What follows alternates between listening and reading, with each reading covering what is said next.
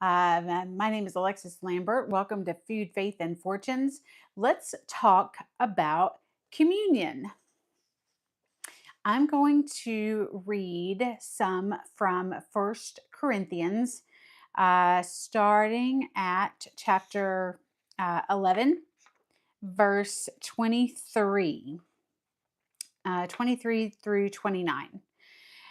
And this is Paul, the Apostle Paul, talking to the church in Corinth, and he's talking about the Last Supper. He's talking about when Jesus was with the disciples. And so Paul says, verse 23, "For I received from the Lord what I also delivered to you, that the Lord Jesus, on the night when he was betrayed, took the bread, and when he had given thanks, he broke it and said, 'This is my body, which is for you. Do this in remembrance of me.' In the same way, also he took the cup after supper, saying, 'This cup is the new covenant in my blood. Do this as often as you drink it in remembrance of me. For as often as you eat this bread and drink this cup, you proclaim the Lord's death until he comes. Whoever therefore eats the bread or drinks the cup of the Lord in an unworthy manner will be guilty concerning the body and the blood of the Lord. Let a person examine himself then, and so eat of the bread and drink of the cup. For anyone who eats and drinks without discerning the body eats and drinks judgment on himself." So, what do we have to talk about for communion, for taking the Lord's Supper? Uh, it's it's actually something that is very sacred. It's incredibly special. It's incredibly special. Um, did you know that you can do this every single day? Uh, People often think that you only do this kind of that you only do communion, or partake in the sacraments if you are in the church. That you can only do it if you're in the church, and you can only do it if a pastor or a priest or a preacher has uh, blessed the elements.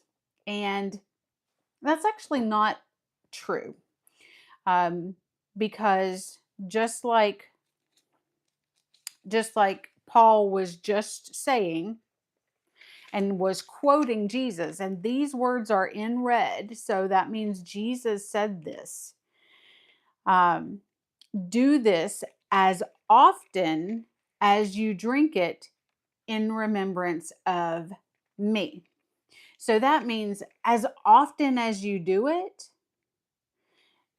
often. As often as you do it in remembrance of me, not me, Jesus. But as often as you do it, so do it often. Do it every day. Um, and when you're remembering, make it count. So I know that we've all probably seen people who stand in line to go up, and they receive their communion elements, and it's just take the bread, pop it in your mouth, take the juice, you know throw it in your mouth, and then you move on.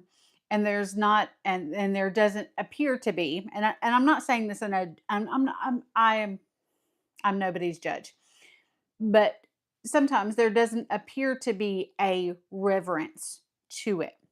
I would love to encourage you to enter into a state of prayer when you are taking your communion, because Jesus is your host. He was the host of that dinner that night, on the night he was betrayed. So when you do this, you're doing it in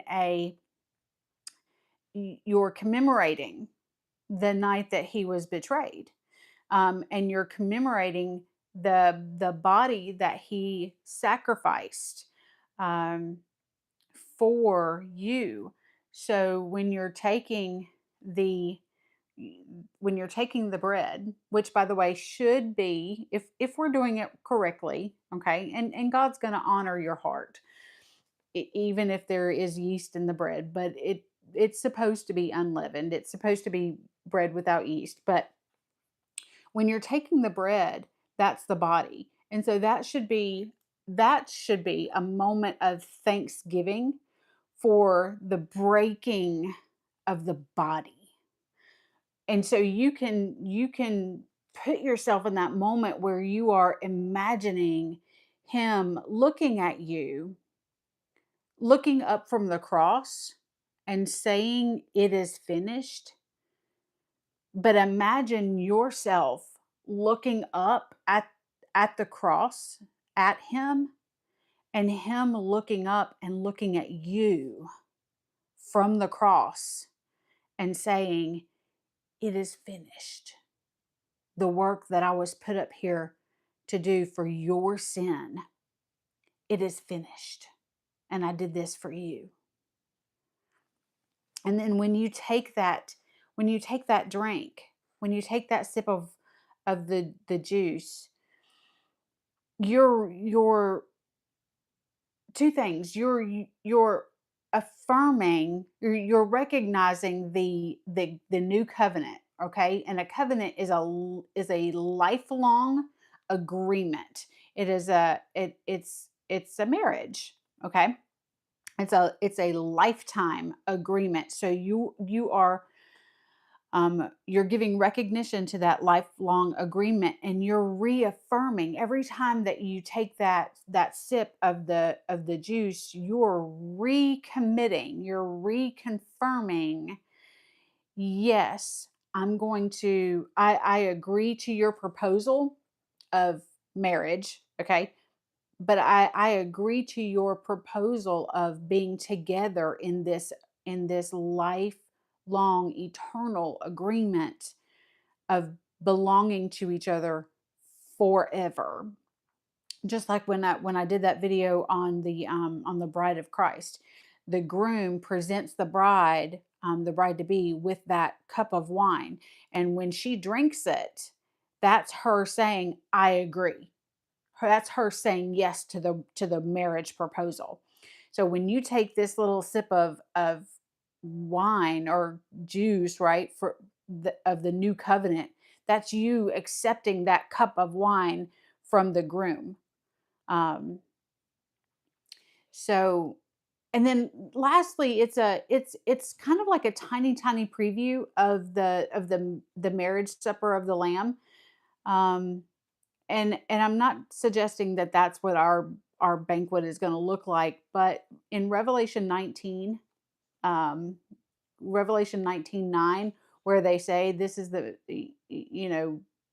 where it talks about the marriage supper of the Lamb, um, it's leading up to that.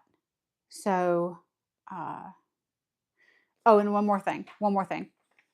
This is just me. This is just me. Before I try, and I'm not saying that this is the end all be all and you have to do it this way. That's not what I'm saying.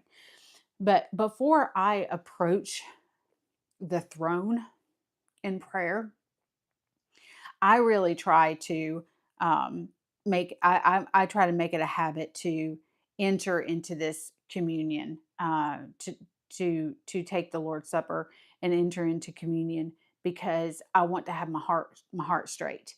Um, and actually, I'm going to read this quote right here. I have a um, this is profound. This says, "Before prayer, endeavor to realize whose presence you are approaching, and to whom you are about to speak.